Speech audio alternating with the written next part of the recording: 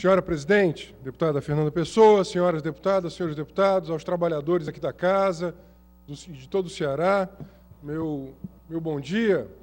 Eu, primeiro, queria, por demais, agradecer ao deputado Heitor Ferrer a gentileza pela cessão do tempo e queria também dizer que o Parlamento é o lugar do debate aberto, do enfrentamento das ideias, mesmo quando são divergências substantivas, duras, e por isso mesmo nós que fazemos também a oposição, no meu caso, uma oposição ideologicamente à esquerda ao governo Camilo, gostaria muito de que nesse momento pudéssemos ter aqui o contraditório com a bancada do governo. Se há algo que na última década nós perdemos foi a oportunidade de termos uma reforma profunda da estrutura de segurança pública do país. Foi uma década em que não houve ousadia. Estou falando em nível nacional. Quando o modelo petista ele chega ao Estado Central em 2003, havia muitas expectativas. Muitas expectativas de alteração do padrão de cultura política. Mensalão aí demonstra que isso não se efetivou. Os costumes políticos da relação entre público e privado continuaram os mesmos. Havia uma expectativa de alteração da política econômica, isso não se efetivou. A lógica de aprisionamento pelo capital financeiro manteve-se a mesma. Mas havia também uma expectativa de um outro trato à questão da segurança pública. Eu vou começar em nível nacional para chegar aqui no Ceará. Isso também não se efetivou. A criação de uma Secretaria Nacional de Segurança Pública foi muito auspiciosa, correta. Porque nós, que sobretudo estamos no campo da criminologia, e eu me reputo, sou apaixonado por esse tema, e tenho uma abordagem crítica da criminologia, um campo do saber multidisciplinar, e de tentar, inclusive, novas práticas de enfrentamento, novas políticas criminais. Nós entendíamos aquilo que eu disse há pouco. Segurança pública não é só a polícia. Ela é mais complexa, é sistêmica, tem que ter estratégia multissetorial, intersetorial, de longo prazo, tem que ter planejamento, inteligência, formação de recursos humanos, capacidade de mediação de conflito. Isso não aconteceu. Isto não aconteceu em uma década inteira, nós perdemos uma década. E o que aconteceu nessa década? Uma explosão de homicídios, e uma explosão de população carcerária. O Brasil tinha, no final dos anos 90, não mais que 170 mil encarcerados. Final dos anos 90. Ano passado, encerramos 2015 com 660 mil encarcerados, sendo que destes, 30% sequer foram julgados. São prisões provisórias que, portanto, podem, inclusive, estar cumprindo pena sem o julgamento devido. Quem é do direito sabe que isto deveria ser uma excepcionalidade. Há uma expressão em latim que o direito gosta muito de utilizar, que é a privação da liberdade é a última ratio. Portanto, deveria ser a última razão. Deveria ser excepcional. No Brasil da última década, virou a primeira. Porque na ausência de inteligência e de estratégia, o que você faz? Prende o andar de baixo. E aí o hiperencarceramento, ele não é para todos. O filho do Eike Batista foi absolvido quando atropelou com a sua Mercedes McLaren o ciclista trabalhador. Ele foi absolvido. Mas as varas criminais estão lotadas de pobres. Um grande juiz, foi importante na minha formação jurídica do Rio de Janeiro, ele dizia: quer entender o sistema criminal no país? As varas criminais de primeira instância estão lotadas de pobres. Os tribunais superiores estão lá as elites proprietárias. É desta forma. Portanto, nós tivemos isso e tivemos, ao mesmo tempo que se prendeu mais, tivemos também a explosão dos homicídios. Nós tínhamos uma taxa tínhamos um total de 15 mil homicídios ano, estamos agora com 56 homicídios ano. Ou seja, e isso sem contar tantos outros eventos. Só que eu queria agora adentrar num outro aspecto, que é a interiorização e a regionalização. Houve, nesta década, uma mutação dos indicadores de São Paulo e Rio, e o Ceará, Pernambuco, Alagoas, Rio Grande do Norte, Paraíba, Maranhão. Houve um aumento da violência letal no Nordeste e uma diminuição da violência letal em outros territórios. Temos que entender isso. Portanto, o problema não é um problema do marco legal, porque o marco legal que existe em São Paulo é o marco legal que existe aqui no Ceará. É sobretudo de gestão. Quando vozes do governo atribuem ao marco legal, se desresponsabilizam. Como é que outros estados com este marco legal diminuíram de 40 homicídios por 100 mil habitantes para 15 homicídios por 100 mil habitantes? E aqui nós tínhamos 16 homicídios por 100 mil habitantes, chegamos a 52 homicídios por 100 mil habitantes. Portanto, o problema é de gestão. E aí eu queria apontar quatro aspectos. Primeiro, o sucateamento da polícia investigativa na última década. Aquela que pode, portanto, investigar. O sucateamento e a precarização dos efetivos de policiamento ostensivo. E a falta de seriedade regular no policiamento comunitário. No dia que o secretário de Segurança esteve aqui, eu perguntei, o Ceará abandonou a estratégia de policiamento comunitário? A resposta dele foi evasiva. Com todo respeito à Sua Excelência, todo respeito à Sua Excelência. Por que nós entendemos o policiamento comunitário? Porque ele é do baixo enfrentamento, ele previne, ele tem uma relação no território que previne violência letal. Isto é importante. O segundo aspecto são as políticas sociais no território. Como foi que Bogotá, Medellín, Diadema, Jardim Ângela reduziram seus homicídios? Não foi no binômio força-repressão, exclusivamente. Foi, sobretudo, dizendo que onde tem mais Estado social, onde tem mais direito social básico, onde você tem, por exemplo, veja, nós estamos agora vendo que vários adolescentes e jovens que perderam a vida, eles tinham saído da escola 2 ou 3 anos antes de terem perdido a vida. Portanto, o Estado ele deveria atuar não no momento em que ele perdeu a vida, mas 3 anos antes. 3 anos antes. Esses adolescentes e jovens que estão perdendo a vida em 2015, 2016, eles nasceram em 2000. Portanto, a creche era para ter sido feita em 2003. A escola do ensino fundamental, em 2006. Ele deveria ter entrado no ensino médio em 2013, 2014. E hoje nós temos elevadas taxas. Portanto, por que é que um determinado território ele é ocupado pelo mercado do varejo de drogas? Porque não houve anteriormente uma inclusão daquele território. É o que nós chamamos de território de exceção. Não tem Estado de Direito. Não tem política social básica. Não há relevo. Agora eu entro no terceiro ponto, que me parece que é fundamental, que é o da seletividade da justiça. Nós não podemos ter, de fato, uma estratégia de segurança humana, que é um conceito, inclusive, mais amplo que segurança pública, que envolve vários aspectos, se tivermos uma política judiciária criminal seletiva. Seletiva. Nos envergonha saber que tem venda de sentença, venda de liminar. Porque isso é corrupção, mas mais grave do que isso é a privatização pela elite econômica do judiciário. Então, ao andar de baixo, ao varejista do mercado do varejo de drogas, o hiperencarceramento.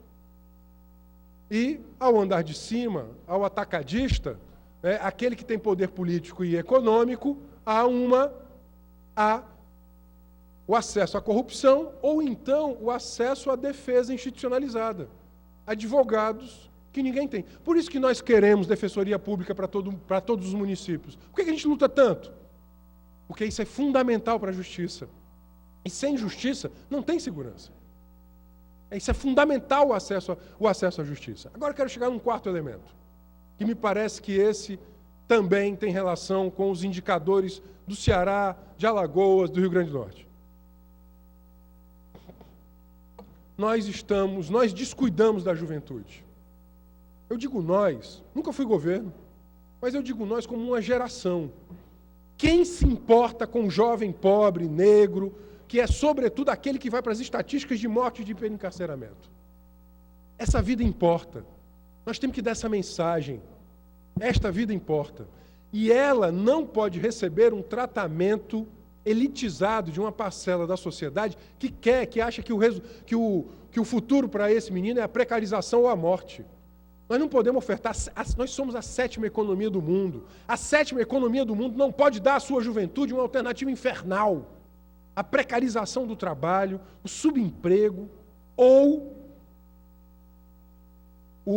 a morte, o hiperencarceramento, a morte social ou a morte física. É por isso que nós às vezes somos muito maltratados quando nós brigamos muito, por exemplo, que os sistemas de sanção de jovens e adolescentes tenham que funcionar de acordo com a lei. Veja, o que se pode querer da 7ª economia do mundo, se não que a lei seja respeitada? Qual é o nosso ideal? É voltarmos à Idade Média ou nós nos basearmos em sociedades mais democráticas e igualitárias? E que, portanto, a lei, ela é um parâmetro que se busque. Eu comentava há pouco com outros deputados que ano passado houve 60 rebeliões. Alguns anos atrás, nas unidades socioeducativas. Alguns anos atrás, não muito longe, há uma década atrás, a entrada do choque nas unidades era excepcionalíssima. Pode perguntar para secretários passados, 2 ou 3 vezes, no máximo, em 2 ou 3 anos, em uma gestão. No ano, virou corriqueiro. Só esse ano, só ontem, o choque teve que entrar em 2 unidades. Portanto, você tem um sistema público que, por ausência de gestão, ele é caro e ele não produz o efeito que ele deveria produzir. Ele produz o efeito contrário, ele produz mais violência. Porque ele faz explodir mais violência. Por tortura omissiva e massiva em larga escala, isso inclusive já... Ontem, mais uma vez, eu dizia, isso vai responsabilizar judicialmente o governador do Estado. Portanto, e eu reputo que são verdadeiras as intenções do governador Camilo com relação à redução dos homicídios. Se quer, e de fato eu reputo verdadeiras essas intenções, é necessário ter um olhar para além do evento publicitário retórico. É necessário que este olhar, ele de fato produza resolutividade, que não foi produzido em 2015, como por exemplo, no caso dessas unidades, que são unidades que produzem violência nos adolescentes, nas suas famílias e nos seus trabalhadores. Trabalhadores esses que são precarizados, não são servidores públicos, não teve concurso e que, portanto, também eles estão sob signos de violência institucional. Portanto, é um ambiente de violência. Vejam só. Então, eu estou pegando 4 elementos para pensar aqui a segurança pública. 4 elementos. O sucateamento do aparelho policial, militar e civil, a ausência de políticas integradas, intersetoriais, de planejamento prévio dos territórios, com a participação das comunidades, né? A falta de seriedade naquela que seria a estratégia revolucionária na última década, que seria do policiamento comunitário, a ausência de policiamento, de investimentos em inteligência, a questão da seletividade da justiça criminal e, por fim, o 4º elemento, a falência do sistema de ressocialização, que hoje ele produz seres humanos mais violentos. Portanto, se nós queremos debater segurança pública, aí eu queria colocar um dado. Pouca gente fala do tráfico de armas.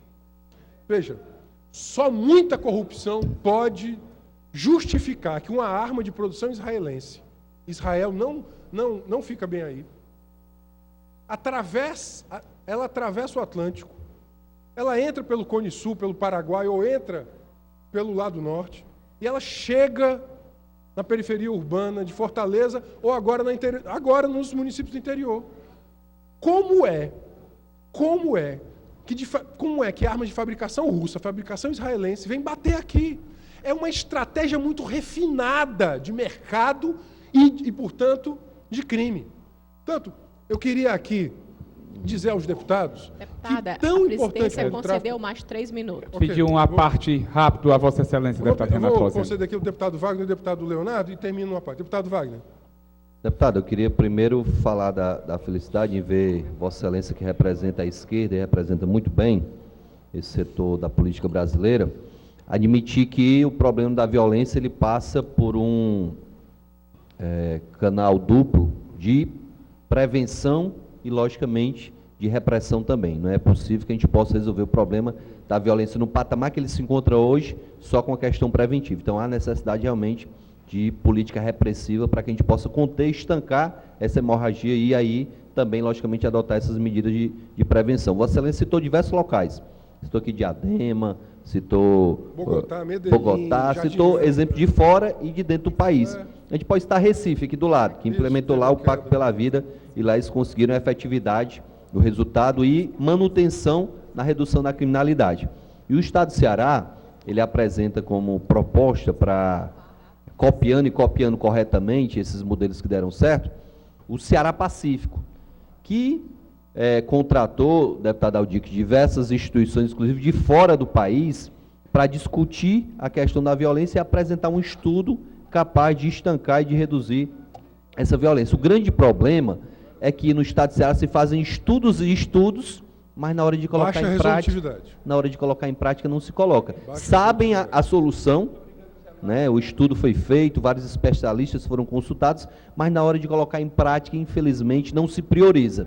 E a gente ficou com esperança grande, porque no começo do governo Camilo Santana, ele falou que estaria à frente da questão da segurança pública e teria como prioridade a questão da segurança. Então, a nossa ideia é que realmente esse Ceará Pacífico fosse colocado em prática, se cobrando do judiciário, como Vossa Excelência faz na tribuna, corretamente, que ele seja mais ágil, que se fiscalize os atos de corrupção que acontecem dentro do judiciário, justo, né? Que se fiscalize e o Ministério Público faça a parte dele, que as prefeituras possam fazer a parte de cada uma delas, que o governo do Estado faça a parte dele, que a imprensa e a sociedade civil faça a sua parte também, que hoje fica cada um jogando a responsabilidade para o outro e ninguém acaba sanando esse problema da violência. Então, é necessário que realmente possamos dar as mãos, tratar da questão da violência sem qualquer partidarismo, sem qualquer paixão ideológica, para que a gente possa finalmente conseguir comemorar a redução efetiva da criminalidade. Porque o que está acontecendo no Estado de Ceará não é a redução efetiva, é na verdade uma redução pequena aí do número de homicídios, mais os crimes contra o patrimônio, a violência na juventude e vários outros fatores têm explodido de forma assustadora. Então, que a gente possa trabalhar uma política pública preventiva, e o policiamento comunitário que Vossa Excelência citou realmente é o caminho, infelizmente foi abandonado aqui no Estado de Ceará. Parabéns pelo pronunciamento. Obrigado, deputado. Deputado Leonardo, antes de eu finalizar, mais 2 minutos. lhe agradeço por ouvir aqui o deputado Leonardo Araújo, que eu passo agora a palavra a ele. Deputado Leonardo.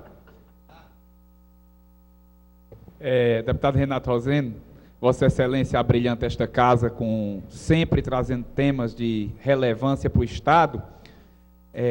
Eu realmente estou preocupado, deputado Capitão Wagner, com a situação da violência em nosso Estado, com a situação que se assegura. Eu escutei bem de Vossa Excelência a questão dos sistemas russos que estiveram apresentados aqui no Estado para bloqueamento de celulares em presídio e outras coisas mais.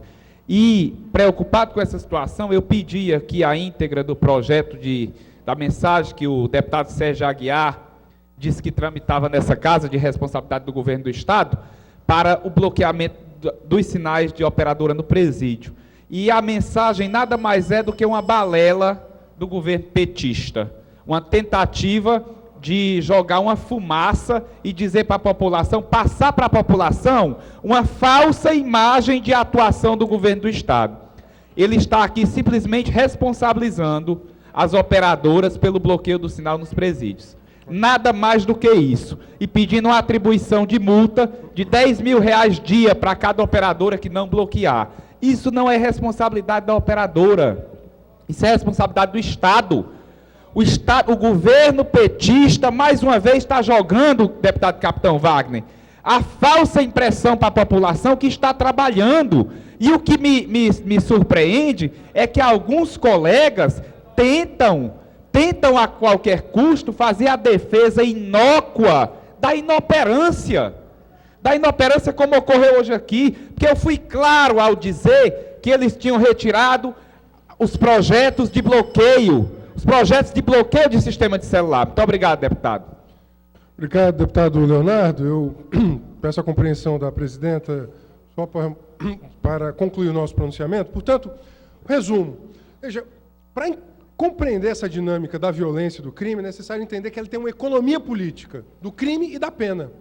Do crime, porque o crime ele reproduz a lógica capitalista clássica de produção a varejo, e ele se expande com a corrupção estatal. Portanto, é necessário aqui combater qualquer corrupção de agentes do Estado, sejam do judiciário ou da segurança pública, por um lado, e a economia política da pena, que só seleciona o andar de baixo, porque hoje essa lógica do hiperencarceramento é a lógica de hiperencarcerar o andar de baixo. Portanto, segurança humana pressupõe uma política intersetorial, e eu espero muito que o atraso de uma década ele possa ser superado e que nós não caiamos em lógicas rasas, tecnicamente falhas, de simplesmente apostar em medidas de populismo penal,